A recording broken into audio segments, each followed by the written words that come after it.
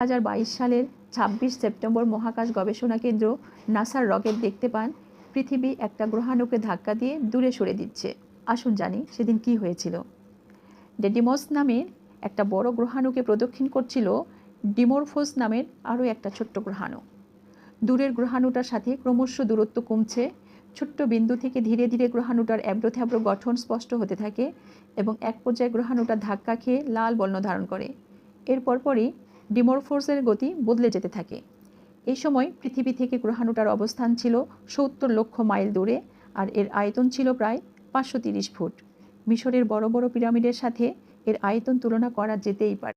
গ্রহাণুকে সরিয়ে দেবার জন্য NASA double asteroid redirection test DART নামের এক অভিযান চালিয়েছিল। নাসার DART অভিযাত্রার মহাকাশ যানটা ঘন্টায় 14,000 কিলোমিটার গতিতে ছুটে গিয়ে ধাক্কা মেরে গ্রহাণুটিকে দূরে সরিয়ে দিতে সক্ষম হয়ে